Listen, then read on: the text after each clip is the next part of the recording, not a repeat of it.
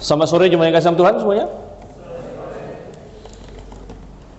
Puji syukur kita ketemu lagi. Tadi pagi kita sudah kebaktian, kita memperingati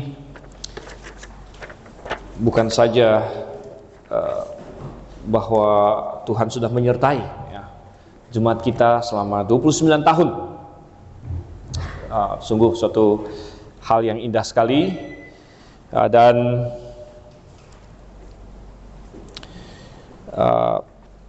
tadi pagi kita sudah merayakan kebaktian peringatan ulang tahun gereja kita, dan Mbak Losento sudah membawakan khotbah tentang dunia semakin bebas, iman harus semakin teguh, dan diperlukan suatu jemaat yang alkitabiah untuk menjaga itu tentunya. Nah, hari ini saya ingin, biasanya hari Minggu malam saya khotbah dari Mazmur, tapi hari ini karena ini hari spesial kita agak sedikit, saya akan sedikit bergeser dari Mazmur. Nanti kita akan lanjutkan lagi Mazmur, dan saya ingin berbicara yang ada hubungannya dengan kelahiran Tuhan Yesus, karena hari ini kita juga memperingati bahwa Yesus Kristus pernah lahir, sudah lahir ke dalam dunia ini. Ada banyak topik yang tentunya bisa kita bahas tentang lahirnya Tuhan Yesus. Tetapi saya juga teringat bahwa belum lama yang lalu, bahkan minggu lalu, kita baru saja juga memperingati Hari Ayah. Memperingati Hari Ayah. Jadi sangat berdekatan ya, minggu lalu Hari Ayah, dan minggu ini kita memperingati tentang kelahiran Yesus Kristus. Oleh karena itu saya ingin menggabungkan keduanya. Dan saya mengajak kita untuk membaca di dalam Injil Matius. Coba kita lihat di sini. Injil Matius pasal yang pertama. Dan kita akan lihat ayat 16 sampai ayatnya yang ke-25. Matius pasal 1 ayat 16 sampai 25. Karena kalau kita bicara mengenai ayah, ada banyak ayah di dalam Alkitab yang bisa kita pelajari. Kita bisa belajar tentang Abraham, kita bisa belajar tentang Salomo atau Daud.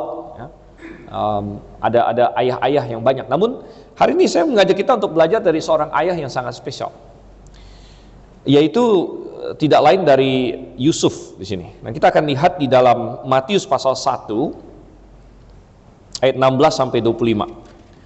Oke, kalau sudah dapat saya akan bacakan untuk kita. Silakan diikuti dalam Alkitab. Saya memakai TB2, jadi mungkin ada sedikit variasi, tapi mestinya intinya sama di sini. Oke, demikian firman Tuhan. Yakub mempunyai anak, itu Yusuf, suami Maria. Dari Maria lahir Yesus yang disebut Kristus.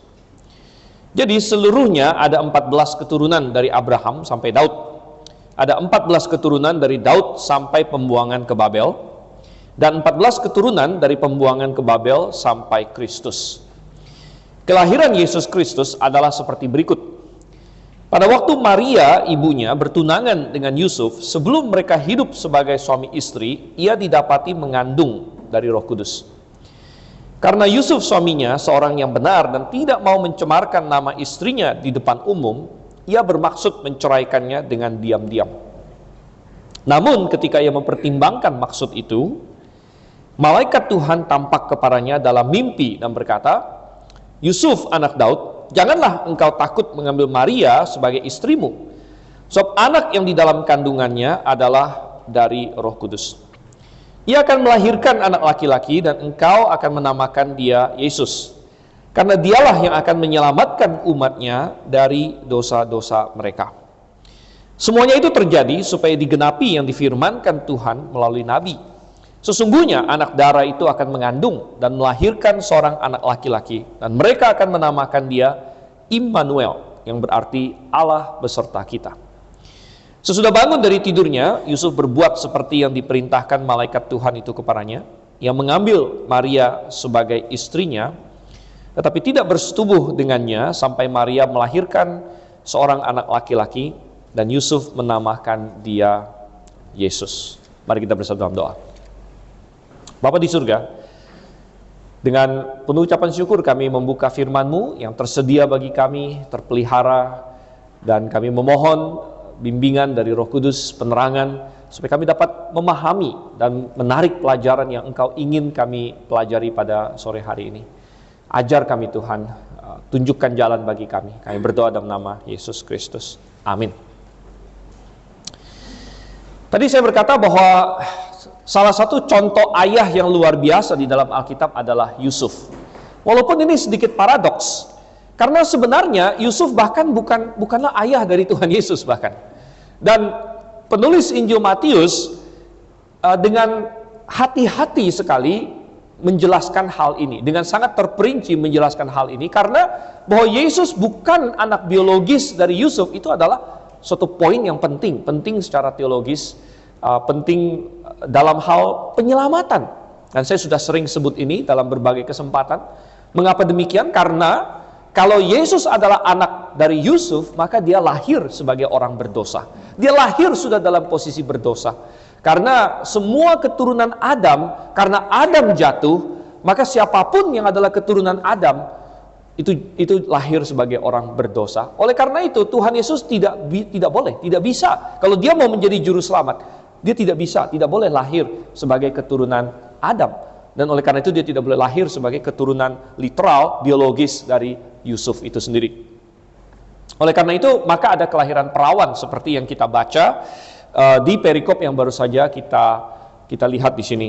Dan Alkitab dengan hati-hati sekali mencatat ini supaya kita tidak terlepas akan hal itu. Makanya di dalam ayat yang ke-16, nah kemarin barusan ada yang cerdas cermat Alkitab, saya tahu ada banyak yang bahkan menghafal ini. Ya, siapa melahirkan siapa, siapa melahirkan siapa ya. Mungkin masih hafal, Abraham melahirkan siapa, melahirkan Ishak, Ishak melahirkan Yakub dan sebagainya. Tapi kalau kita perhatikan semua rentetan itu, ya mulai dari ayat yang 2 kan, Abraham mempunyai anak. Nah ini TB2 ya, kalau saya nggak salah TB1 memperanakkan. Abraham memperanakkan Ishak ya, Ishak memperanakkan Yakub. Semuanya memperanakkan atau mempunyai anak sampai ke ayat 16 yang tadi kita baca. Sampai ke ayat 16 ada formula yang berbeda. Karena Yakub mempunyai anak atau memperanakkan. Yakub memperanakkan Yusuf atau mempunyai anak Yusuf, tapi tidak dikatakan Yusuf memperanakkan. Tapi dikatakan situ apa? Memperanakkan Yusuf, suami Maria. Kemudian dari Maria lahir Yesus. Jadi tidak dikatakan sama sekali bahwa Yusuf memperanakkan Yesus, karena memang tidak.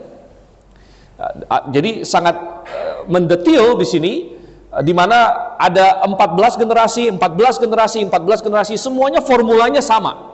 Si bapak memperanakan anak, lalu dia jadi bapak memperanakan anak selanjutnya, tapi formula ini berhenti ketika sampai kepada nama Yusuf. Karena memang Yusuf bukan, sekali lagi tadi, bukan bapak dari Yesus Kristus. Namun, saudara kasih Tuhan, walaupun dia bukan bapak biologis dari Yesus Kristus, namun Yusuf adalah yang Tuhan pilih untuk menjadi bapak legal, untuk menjadi ayah di mata hukum Yahudi. Ya, dia dipilih oleh Tuhan Yesus sebagai ayah yang akan menaungi bayi Yesus dari dia kecil sampai nanti dia besar. Dan oleh karena itu pasti dia adalah seorang tokoh yang luar biasa. Biasanya kalau kita sedang mempelajari Natal atau kelahiran Yesus, banyak sekali fokus pada tokoh Maria misalnya. Tuhan memilih Maria. Maria seorang perempuan yang luar biasa, yang saleh, yang taat kepada Tuhan, seorang perawan, dan lain-lain sebagainya. Dan oke, itu bagus. Kita memang bisa belajar banyak dari Maria juga. Tetapi kadang-kadang kita jadi lupa bahwa selain Tuhan pilih Maria sebagai yang akan mengandung Yesus Kristus, Tuhan juga memilih Yusuf. Tuhan memilih Yusuf untuk sekali lagi menjadi bapak secara hukum, bapak legal, bapak yang akan melindungi, membesarkan Yesus Kristus.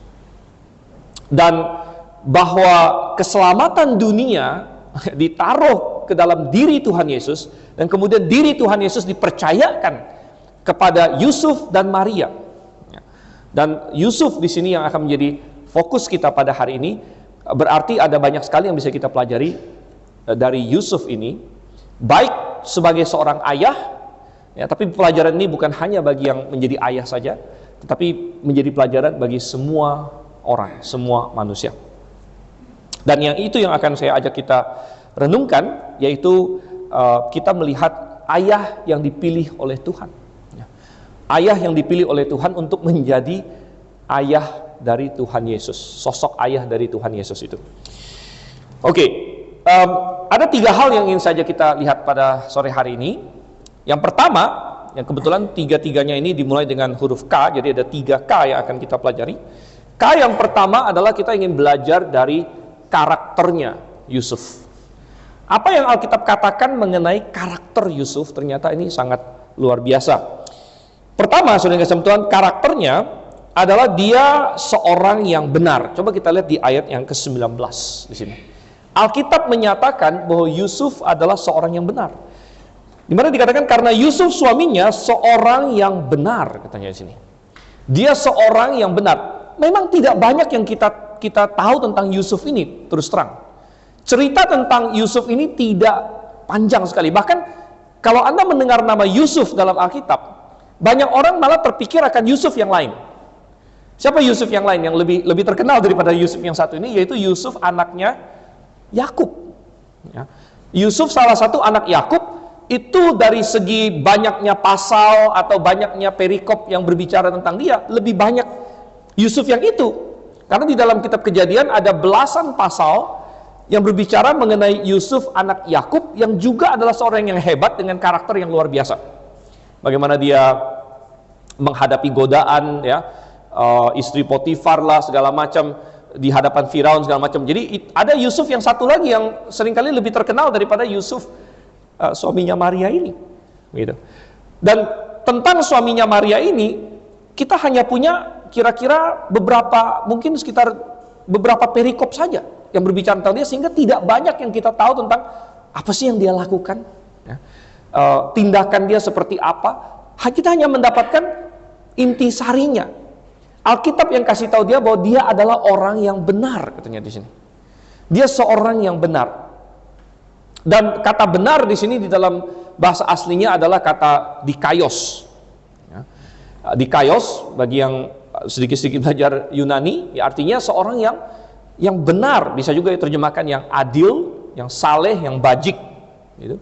Itu beberapa terjemahan untuk kata dikaios. Dan apa artinya itu? Bahwa dia disebut sebagai orang yang benar.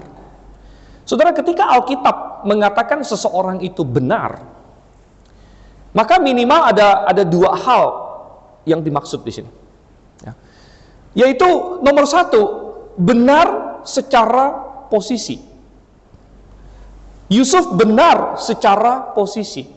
Dia dibenarkan oleh Tuhan. Jadi di hadapan Tuhan dia dianggap sebagai orang yang benar. Dan mengapa bisa demikian? Mengapa seseorang bisa benar di hadapan Tuhan? Tuhan yang maha suci, Tuhan yang maha kudus, yang di hadapannya para serafim tidak berani menunjukkan muka. Sehingga kalau Anda baca di dalam kitab Yesaya, dia dikasih lihat tahta Tuhan, dan ada serafim yang melayani Tuhan di sekeliling tahta Tuhan dan bernyanyi siang dan malam, kudus kudusnya Tuhan. Para serafim itu katanya punya 6 sayap. 2 sayap untuk menutupi wajahnya, 2 sayap untuk menutupi kakinya, dan 2 sayap untuk terbang. Kekudusan Tuhan sedemikian rupa sehingga makhluk-makhluk yang tanpa dosa sekalipun, para serafim ini menutupi muka mereka di hadapan Tuhan.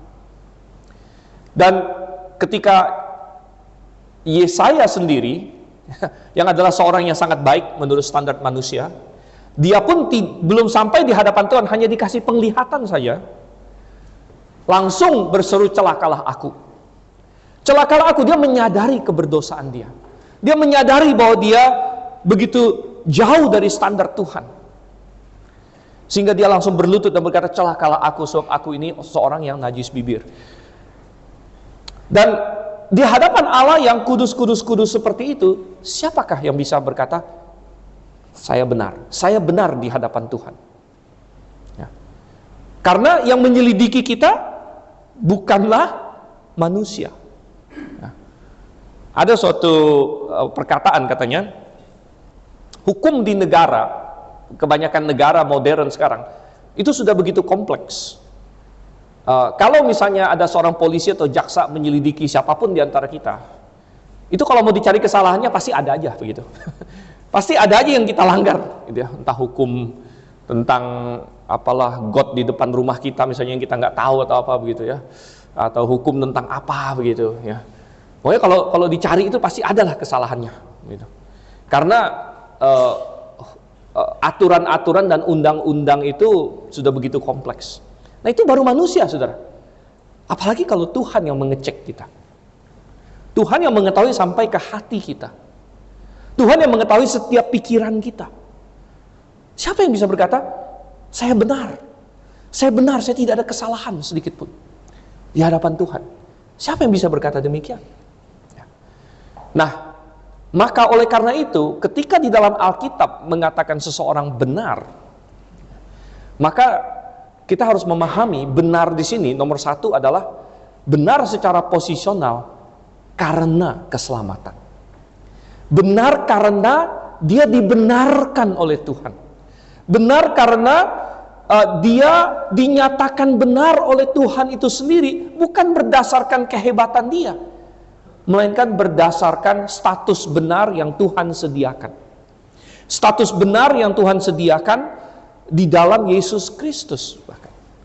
Dan menarik sekali bahwa Yusuf disebut orang benar di sini di ayat 19 itu karena ayat yang ke-21. Jadi ayat 19 itu bisa benar karena ayat 21. Coba kita perhatikan, karena di ayat 19 dikatakan Yusuf suaminya seorang yang benar. Tapi bagaimana dia bisa benar? Apakah Yusuf tidak pernah berdosa? Oh, tentu dia pernah berdosa. Tapi kenapa dia bisa benar? Karena ayat 21. Karena justru anak yang akan dipercayakan kepadanya, yaitu Yesus. Sehingga di ayat 21 dikatakan mengenai Maria di sini, ia akan melahirkan anak laki-laki dan engkau akan menamakan dia Yesus. Ingat, Yusuf adalah akan menjadi bapak legalnya. Yusuf punya hak untuk menamai anak tersebut. Ya, seorang ayah punya hak untuk menamai anaknya. Makanya kadang-kadang anak saya tanya, kenapa nama saya Sergius? Ya, Bapak yang pilih.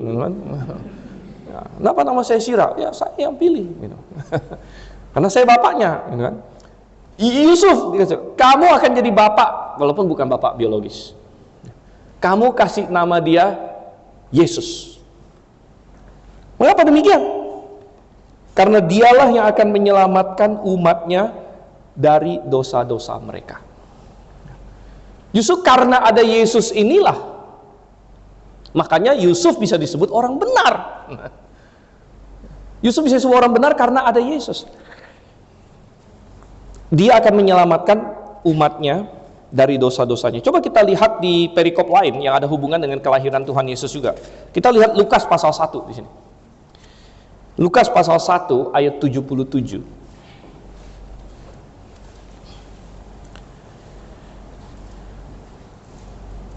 Dan ini nubuat mengenai Yohanes Pembaptis, bahwa Yohanes akan membuka jalan bagi Tuhan Yesus. Tetapi tentang Tuhan dikatakan di sini bahwa Yohanes Pembaptis akan dia 77, maksudnya Yohanes Pembaptis itu punya misi untuk memberikan kepada umatnya pengertian keselamatan. Ya. Kalau dalam TB2 dikatakan berupa pengampunan dosa-dosa mereka. Kalau saya tidak salah TB1 bilang berdasarkan, ya, keselamatan berdasarkan pengampunan dosa-dosa mereka. Saya lebih suka terjemahan TB1 di sini karena di dalam bahasa aslinya dia pakai preposisi N. Ya. Jadi N, maksudnya keselamatan di dalam atau berdasarkan pengampunan dosa. Jadi keselamatan yang bukan karena saya begitu hebat, tapi saya menyadari saya sudah berdosa, tapi diselamatkannya karena dosa saya diampuni. Dan ini yang Daud katakan di Mazmur pasal 32, berbahagialah orang yang diampuni dosanya, yang ditutupi pelanggarannya. Bukan berbahagialah orang yang nggak pernah berdosa. Kenapa? Nggak ada yang seperti itu. Nggak ada selain Tuhan Yesus. Jadi kita kembali ke Matius pasal 1 di sini. Kenapa Yusuf disebut orang benar? Ya, ketika Alkitab mengatakan siapapun benar, mau itu Yusuf, mau itu Nuh, kalau kita baca di Perjanjian Lama, Nuh, Tuhan melihat Nuh adalah orang yang benar. Siapapun yang dikatakan orang benar di dalam Alkitab, itu nomor satu, bukan karena dia nggak pernah berdosa, ya, tapi karena dia sudah dibenarkan. Dia sudah dibenarkan melalui pengorbanan Yesus Kristus. Yesus Kristus mati di kayu salib untuk menanggung dosa dia, dan dia tukar posisi dengan Tuhan. Tuhan dianggap orang berdosa waktu di atas kayu salib sehingga dihukum, dan kebenaran Yesus menjadi milik dia. Tetapi tidak stop sampai di sana. Karena ketika Alkitab menyebut seseorang benar dalam Alkitab, maka yang satu tadi adalah secara posisi dia sudah dibenarkan, tapi nomor dua, bahwa secara karakter dia mulai menyerupai dengan posisi dia. Nah, secara karakter dia bertindak cocok dengan predikat baru dia. Bahwa ketika seseorang diselamatkan, dia mendapat status orang benar, dan walaupun dia belum sepenuhnya karakternya, belum dia menghilangkan semua dosanya, tapi dia mulai tindakannya ini seperti orang benar. Ya. Dia mulai berbeda, dia mulai menjauhi dosa, dia mulai hidupnya selaras dengan titel baru dia. Saya sering mengibaratkan bahwa orang percaya itu orang yang dikasih status baru. Dan ini bisa macam-macam. Kita bisa, kita memakai beberapa metafora. Contohnya adalah anak Allah sekarang. Anak Allah, orang percaya disebut sebagai anak Allah. Ini bukan hanya metafora, tapi memang benar. Kita adalah anak Allah. Tapi anak Allah itu tindakannya seperti apa? Dan kalau kita bicara mengenai anak, itu kalau di dalam pemikiran Yahudi, kata anak itu menunjukkan sifat. Makanya mereka ada istilah anak-anak terang, anak-anak kegelapan. Jadi anak itu maksudnya memiliki sifat apa, begitu. Itu pemikiran Yahudi. Dan itu memang benar. Anak-anak kita juga memiliki sifat kita, minimal secara fisik benar. Ada anak yang lahir sangat mirip orang tuanya. Saya ingat salah satu dulu, ini ya, waktu anaknya Diaken Jaya lahir yang kedua, Grand ya, sangat mirip bapaknya, sehingga ada yang bercanda, wah ini takut nggak diakui makanya wajahnya keluarnya mirip banget gitu. Ya. Jadi kita anak itu secara alami kita meniru sifat orang tua kita, minimal secara fisik. Ya. Secara fisik kita sudah mirip. Dan dikatakan status kamu anak Allah. Ya, berarti sekarang kamu juga harus mewarisi sifat-sifat Bapa kamu. Nah, di dalam apa yang kamu lakukan, tindakan kamu, dan lain sebagainya. Ya. Dan Yusuf memiliki itu. Makanya disebut sebagai orang benar. Oke. Coba kita lihat lagi Matius pasal 1 di sini. Mengenai karakter dia, bukan hanya disebut sebagai orang benar, tapi dia adalah orang yang peduli kepada orang lain, mengasihi orang lain. Jadi kalau benar berbicara mengenai Yusuf menjaga dirinya sendiri, dia menjaga dirinya berlaku seperti yang Tuhan inginkan, tapi tidak stop sampai sana. Dia peduli kepada orang lain, dia mengasihi orang lain. Dan ini terlihat dari bagaimana dia memperlakukan Maria. Perhatikan ayat 19. Dikatakan karena Yusuf suaminya seorang yang benar. Dan kemudian ada kata-kata selanjutnya, dan tidak mau mencemarkan nama istrinya di depan umum, ia bermaksud menceraikannya dengan diam-diam. Dari perspektif Yusuf, kita bisa membayangkan dia berada dalam situasi yang sangat sulit pada waktu itu sebelum dijelaskan oleh malaikat minimal pastinya. Dia kenal tentunya dengan Maria, tunangannya. Saya yakin dia kenal Maria adalah seorang perempuan yang baik-baik, seorang perempuan yang saleh. Dia mungkin tahu bahwa Maria beriman kepada Tuhan, dan dia percaya kepada karakter Maria. Dan kita masih ingat bahwa waktu itu Maria setelah terima kabar dari Gabriel, dia pergi 3 bulan ke rumahnya Elizabeth. Nanti itu, ya. Dia pergi 3 bulan ke rumah Elizabeth, dan Yusuf belum tahu apa-apa waktu itu. Setelah 3 bulan bersama Elizabeth, lalu Maria pulang. Dan di situ baru mulai ketahuan Maria hamil. Dan bagi Yusuf ini pasti suatu shock yang luar biasa. Bahwa tunangan dia yang dia sangat percaya mungkin pergi ke rumah sepupunya 3 bulan, balik-balik hamil gitu. Balik-balik tiba-tiba sudah mengandung. Wah, apa yang terjadi ini? Dan Yusuf pasti penuh dengan kebingungan di situ. Nah, kita tidak diceritakan Maria ngomong apa sama Yusuf. Apakah dia ada mencoba menjelaskan? Yusuf, ada malaikat lo datang sama saya. Atau Maria diam aja nggak mencoba menjelaskan apa-apa? Kita tidak tahu. Alkitab tidak kasih tahu kita. Yang jelas Yusuf ini pasti penuh dengan kebingungan. Kalaupun Maria mencoba menjelaskannya, apakah Yusuf bisa percaya akan hal itu? Sehingga kita melihat di sini dia mau menceraikan Maria. Dan secara hukum memang itu yang bisa dilakukan. Karena tunangan orang Yahudi pada waktu itu keras. Kalau sudah bertunangan itu dianggap sudah seperti menikah, hanya memang belum serumah. Artinya kalau mau lepas dari tunangan waktu itu harus proses cerai. Karena sudah diikat istilahnya. Ya. Tunangan itu sudah kuat. Dan Yusuf berpikir, wah ini saya harus ceraikan kalau begini.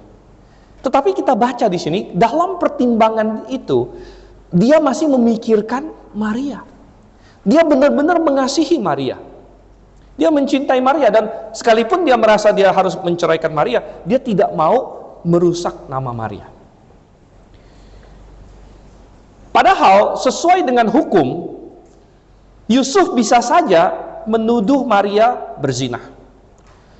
Yusuf bisa saja mengumumkan kepada semua orang, karena dia bisa jadi pergunjingan. Kalau misalnya Anda bayangkan, nggak usah jauh-jauh, misalnya di Grave, ada orang sudah umumkan mau menikah, kita doakan di Rabu malam, sudah tunangan segala macam. Ya. Tiba-tiba yang ceweknya hamil, pemikiran kita apa? Wah ini colong start, gitu kan? Nah, curi start, gitu. Curi start nih, belum menikah udah curi start duluan, gitu.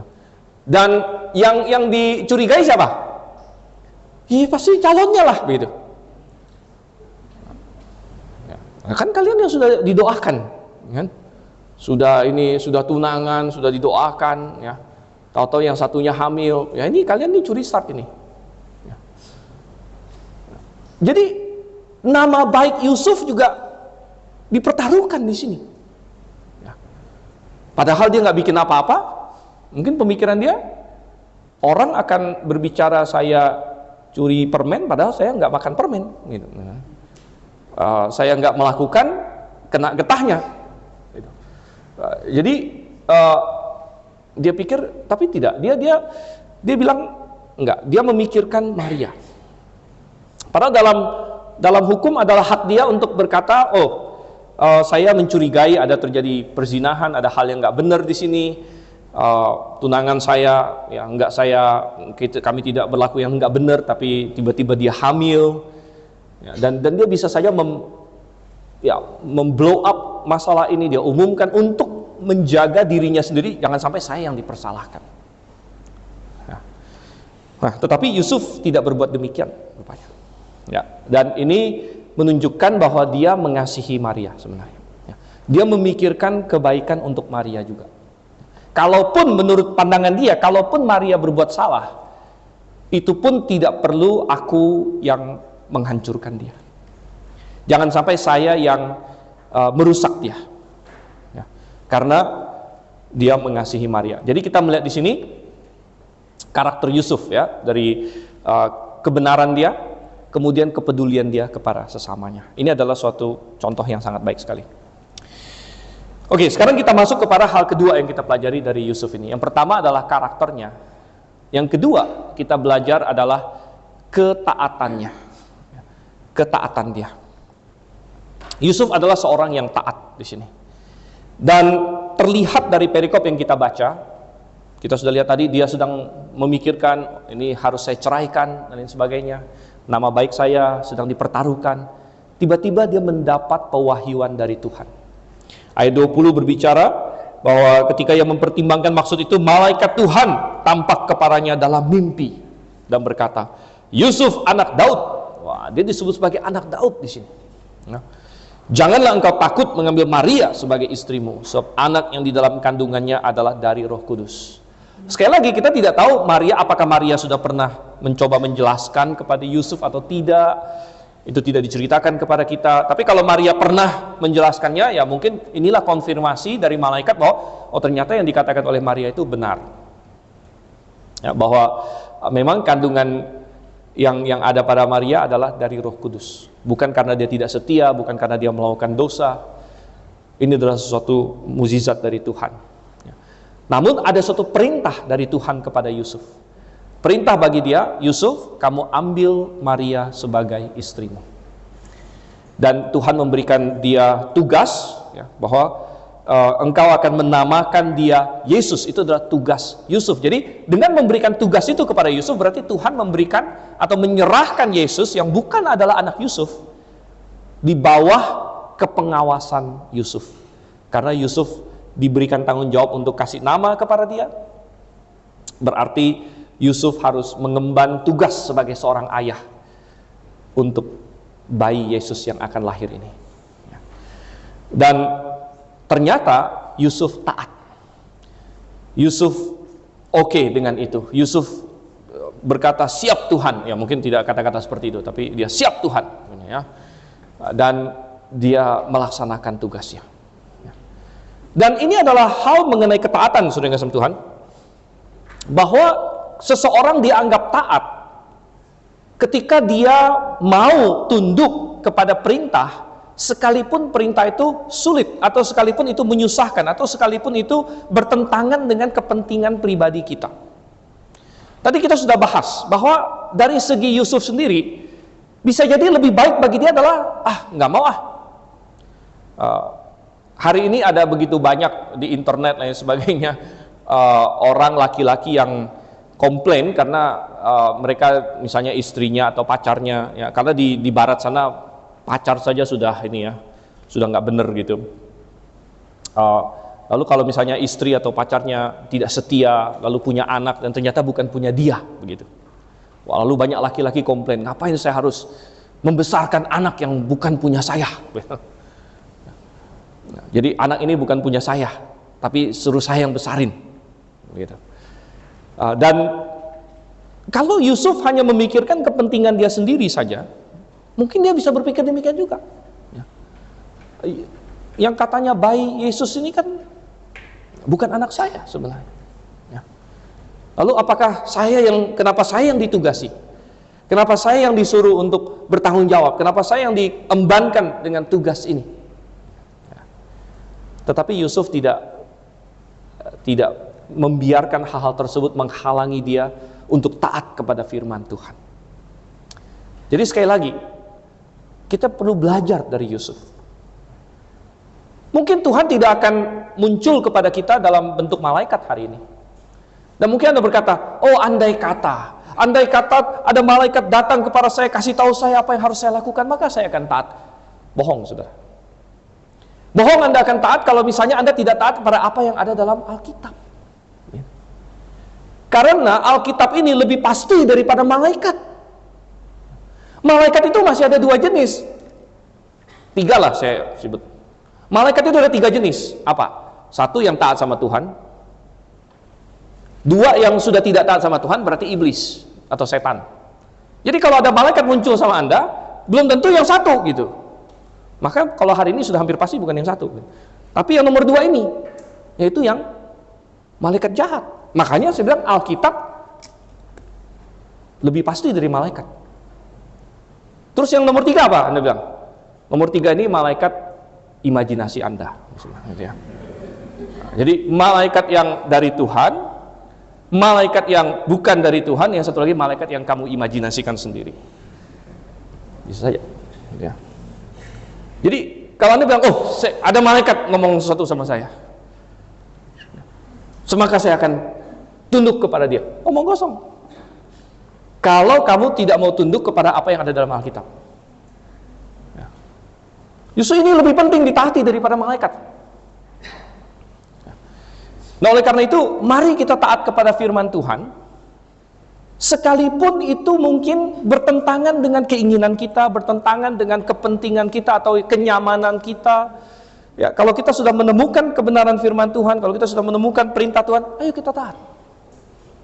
Kalau seseorang bilang begini, saya hanya mau taat kalau cocok dengan yang saya mau, kalau nyaman dengan kondisi saya, maka saya katakan itu bukan ketaatan, itu namanya kebetulan, saudara.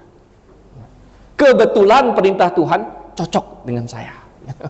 Kebetulan perintah Tuhan yang satu ini nyaman bagi saya. Kebetulan perintah Tuhan yang satu ini seirama dengan maunya saya. Tetapi di mana letak ketaatan itu diuji adalah ketika mungkin tidak berdasarkan kenyamanan kita, tidak berdasarkan kemauan kita, bertentangan dengan itu. Namun kita tetap berkata, Tuhan, aku tunduk.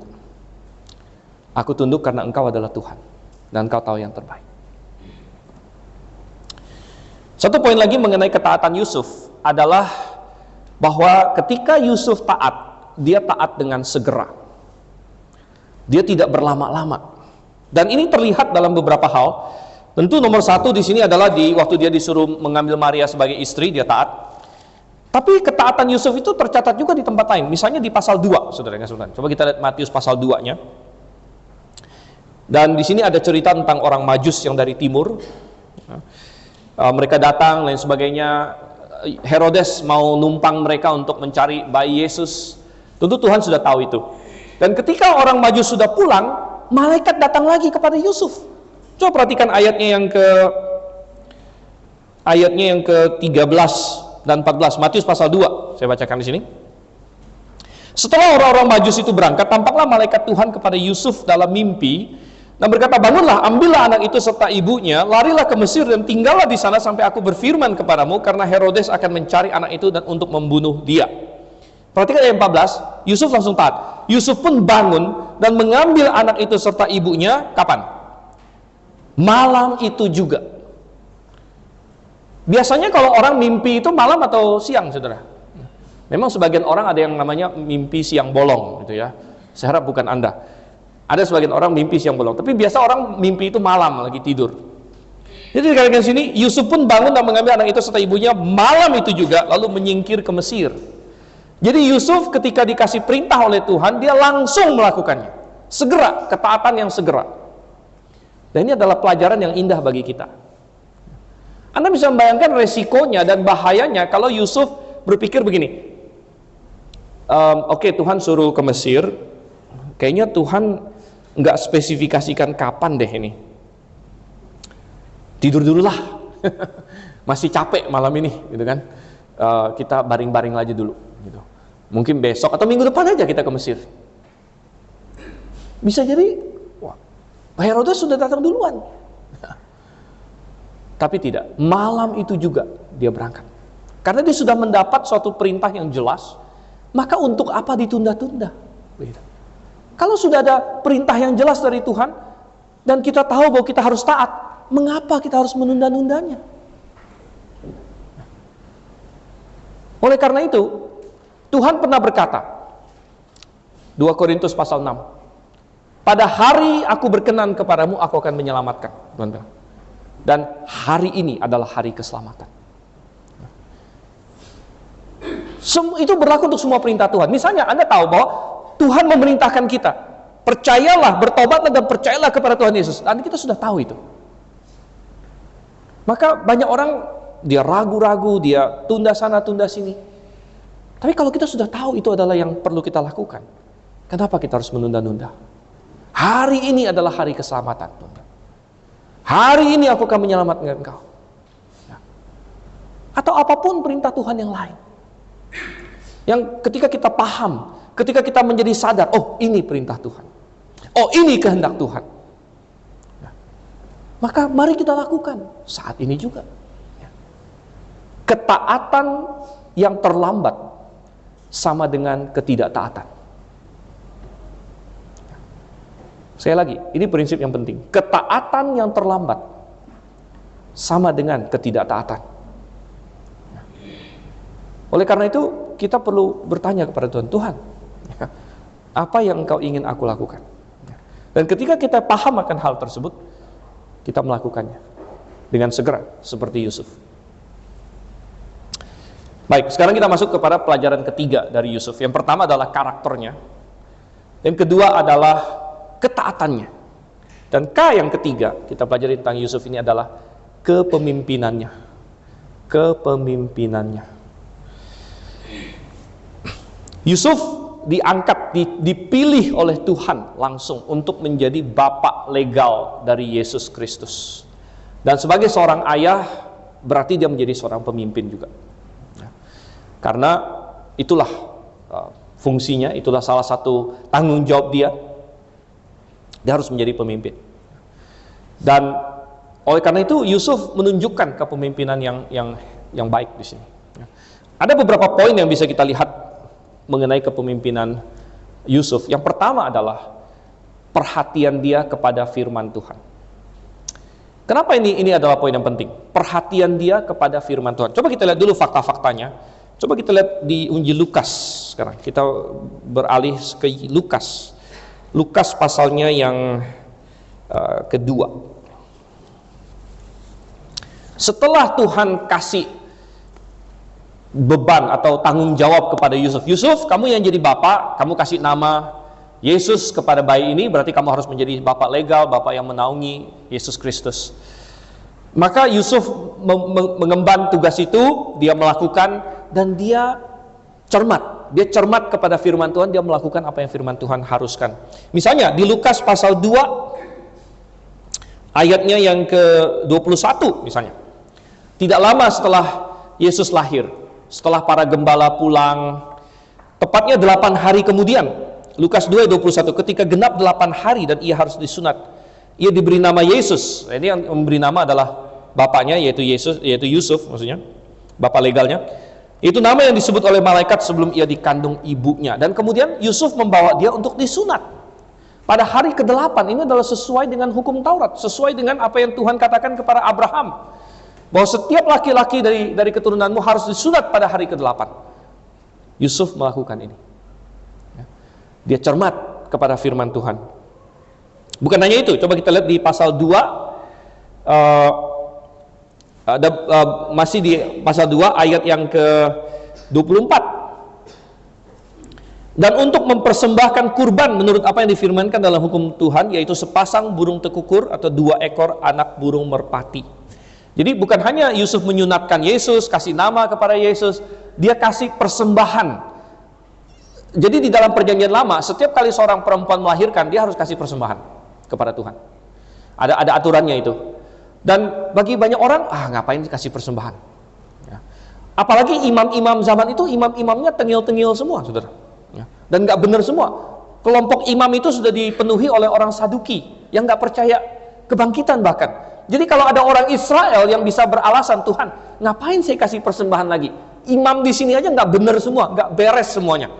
Ya. Imam besarnya orang Saduki, orang Israel bisa bikin alasan seperti itu. Tetapi Yusuf tidak. Yusuf tahu ini adalah hukum Tuhan, dia kasih persembahan. Dan dari persembahan yang dikasih, kita tahu ini adalah Yusuf itu orang miskin. Karena kalau misalnya Yusuf orang yang berada, dia harus mempersembahkan domba sebenarnya. Tapi di dalam hukum Taurat dicatat, kalau orangnya miskin, dia boleh ganti jadi burung. Yusuf kasih burung, berarti Yusuf orang miskin. Dan dia masih kasih persembahan sesuai dengan hukum Taurat. Berarti dia cermat kepada hukum Taurat. Perhatikan lagi, masih di pasal 2 ayatnya yang ke-41. Lukas pasal 2 ayat 41. Dikatakan di sini, tiap-tiap tahun orang tua Yesus pergi ke Yerusalem untuk merayakan Paskah. Ingat bahwa setelah mereka pulang dari Mesir, Yusuf memutuskan untuk tinggal di Nazaret. Lumayan jauh dari Yerusalem. Tapi katanya tiap tahun orang tua Yusuf pergi ke Yerusalem. Ini juga sesuai dengan hukum Taurat. Karena menurut hukum Taurat memang setiap laki-laki Israel yang 12 tahun ke atas harus pada hari raya, ada 3 hari raya di mana mereka harus ke Yerusalem. Dan Yusuf melakukannya tiap tahun. Dan pas ketika Yesus sudah berumur 12, dia bawa Yesus juga bersama dengan dia, yang akhirnya muncul cerita ini. Tuhan Yesus pertama kali ke Bait Suci waktu itu. Tapi kalau kita lihat dari perspektif Yusuf, ini membuktikan Yusuf adalah seorang yang cermat, memperhatikan firman Tuhan, mengikuti firman Tuhan. Sekarang pertanyaannya, apa hubungannya dengan kepemimpinan? Saudara, menjadi pemimpin itu tidak terlepas dari mengambil keputusan. Tetapi mengambil keputusan bukan hanya sekedar mengambil keputusan. Mengambil keputusan itu berarti bertanggung jawab. Itu sebenarnya inti dari kepemimpinan, saudara. Inti dari kepemimpinan itu adalah tanggung jawab terakhirnya ada pada saya. Itu berarti pimpinan puncak. Kalau tanggung jawab terakhirnya pada saya, itu berarti kamulah pemimpin puncaknya. Gitu. Dan banyak orang hari ini, ada suami, ada ayah yang jadi pemimpin, tapi konsep dia pemimpin itu salah. Konsep dia pemimpin itu adalah saya pemimpin, berarti saya yang boleh suruh-suruh bawahan saya. Gitu. Jadi pemimpin itu orang yang suruh-suruh orang. Gitu. Sebenarnya bukan itu inti dari kepemimpinan. Inti kepemimpinan berarti tanggung jawab akan dituntut dari saya. Nah, memang seorang pemimpin bisa menjalankan kepemimpinan ini dengan baik kalau anak buahnya juga mendengarkan dia. Ya. Nah, jadi dia akan atur, tapi tanggung jawabnya pada saya sebenarnya. Dan seorang pemimpin akan mengambil keputusan. Hal yang tersulit di dunia ini adalah mengetahui keputusan apa yang paling benar untuk diambil. Karena kita tidak tahu masa depan. Oleh karena itu, semua pemimpin yang harus mengambil keputusan, baik keputusan kecil maupun keputusan besar, sangat mendambakan kalau dia dapat bocoran, apalagi dari Tuhan. Kalau ada petunjuk dari Tuhan, ya, mesti ambil keputusan apa sih? Gitu. Dan Anda tahu, kita ada bocoran-bocoran seperti itu, ya dari firman Tuhan. Ya. Makanya pemimpin yang efektif, pemimpin yang alkitabiah adalah pemimpin yang mengambil keputusan dilandaskan kepada pemahaman akan firman Tuhan, dilandaskan kepada pemahaman akan kehendak Tuhan, akan sifat Tuhan. Gitu. Maka dia akan bisa mengambil keputusan-keputusan yang benar. Dan oleh karena itu kita bilang bahwa Yusuf, kita acungi jempol kepemimpinannya. 8 hari dia mungkin dibilang sama Maria, kita harus ke Yerusalem. Mungkin Maria bilang, kenapa kita harus ke Yerusalem? Hukum Taurat bilang kita harus sunat anak kita harus kasih korban. Dia membuat keputusan berdasarkan firman Tuhan. Dari tahun ke tahun dia bilang sama keluarganya, kita tahun ini ke Yerusalem. Kenapa kita ke Yerusalem? Karena menurut firman Tuhan itu yang harus kita lakukan. Dia membuat keputusan untuk keluarganya berdasarkan firman Tuhan. Dan ada banyak hal lain lagi yang pasti dia buat keputusan dan sebagainya yang tidak tercatat bagi kita. Ada hal-hal yang tidak spesifik tercatat dalam firman Tuhan memang. Tapi kita bisa membuat keputusan berdasarkan prinsip-prinsip firman Tuhan.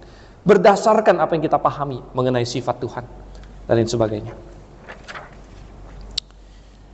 Kemudian, saudara kasih Tuhan, kepemimpinan Yusuf terlihat lagi. Selain dari satu tadi, dia peduli kepada firman Tuhan. Yang kedua adalah terlihat dari kepedulian dia terhadap keluarganya. Nah, sekali lagi, tidak banyak yang dicatat tentang Yusuf memang. Bahkan belakangan nama Yusuf tidak muncul lagi dalam Alkitab. Kemungkinan besar dia sudah meninggal. Ketika Yesus mulai pelayanan, Yusuf tidak pernah muncul. Kemungkinan besar dia sudah meninggal. Waktu Yesus di kayu salib, dia menyerahkan Maria ibunya kepada Yohanes. Sekali lagi itu indikasi lain bahwa suaminya sudah meninggal. Tetapi ada satu hal di sini. Coba kita buka di dalam Markus pasal 6, saudara. Yang menunjukkan kepada kita secara tidak langsung apa yang Yusuf perbuat untuk keluarganya dan untuk Yesus terutama. Kita tahu profesi Yusuf itu apa? Profesi Yusuf adalah tukang kayu. Ya, tukang kayu. Tapi perhatikan apa yang dikatakan di Markus 6 ayat 3. Bukan hanya Yusuf disebut tukang kayu, Tapi siapa disebut tukang kayu? Markus 6 ayat 3 dikatakan, bukankah ia ini tukang kayu, anak Maria? Siapa yang disebut tukang kayu di sini? Tuhan Yesus sendiri. Jadi bukan hanya Yusuf adalah tukang kayu, Tuhan Yesus juga dikenal sebagai tukang kayu. Dari mana Tuhan Yesus bisa jadi tukang kayu? Berarti dia warisi dari bapaknya. Yusuf mengajarkan ilmu pertukangan kayu kepada Tuhan Yesus. Wah, ini menarik. Karena sebenarnya Tuhan Yesus yang bikin semua kayu di dunia. Tuhan Yesus yang menciptakan pohon aras dan pohon ara dan segala macam di dalam kekekalan. Tapi ketika dia menjadi seorang manusia, menjadi seorang anak di bawah bapak legalnya Yusuf mengajarkan kepada Tuhan Yesus mungkin untuk memilih kayu, untuk bagaimana mengetamnya, bagaimana menggergajinya. Dia menjadi seorang tukang kayu. Dan Yusuf mewariskan ilmunya kepada Yesus. Ini adalah memang tanggung jawab bapak-bapak waktu itu. Waktu itu manusia itu tidak banyak pergerakan, saudara. Kalau kamu keluarga tukang kayu, ya kamu kemungkinan besar akan jadi tukang kayu. Nggak ada seperti sekarang, bapak saya nelayan, saya mau jadi presiden gitu. Nggak ada, saudara. Zaman itu nggak ada, gitu ya. Kalau kamu lahir di keluarga apa, ya kamu jadi apa. Makanya nama belakang mereka itu rata-rata ada sebagian nama belakang itu pekerjaan. Misalnya Smith, John Smith. Smith itu maksudnya tukang ini, tukang besi. Jadi keluarga John Smith apa? Karena dipahami ya, mereka itu turun-turunan itu jadi tukang besi gitu. Makanya nama belakangnya Smith, gitu kan? Tanner, berarti pekerja kulit dan sebagainya. Karena zaman itu tidak ada pergerakan sosial. Kalau Anda lahir di keluarga begini, di strata ini, ya disitulah kamu ya, akan menurunkan lagi kepada anak kamu seperti itu dan sebagainya. Dan adalah tugas bapak-bapak waktu itu untuk meneruskan ilmu mereka kepada anak mereka. Ya. Tetapi di sini yang penting adalah bukan meneruskan ilmu pertukangan, tapi masih adalah tanggung jawab semua pemimpin, termasuk ayah, termasuk ibu juga pemimpin untuk anak-anak. Ya, siapapun. Apalagi pekerja-pekerja, penginjil, gembala dan sebagainya, adalah tugas kita semua untuk menurunkan pengenalan akan Tuhan ya, kepada generasi selanjutnya. Itu yang lebih penting daripada sekedar ilmu pertukangan, ilmu apalagi sekarang ilmu komputer, ilmu akuntansi Anda, ilmu kimia, fisika Anda. Boleh Anda turunkan itu kepada anak cucu Anda, silakan. Tapi adakah Anda menurunkan pengenalan akan Tuhan yang benar kepada anak cucu Anda? Itu adalah kepemimpinan. Dan kita belajar dari Yusuf, karakternya, ketaatannya, dan kepemimpinannya. Mari kita berdoa.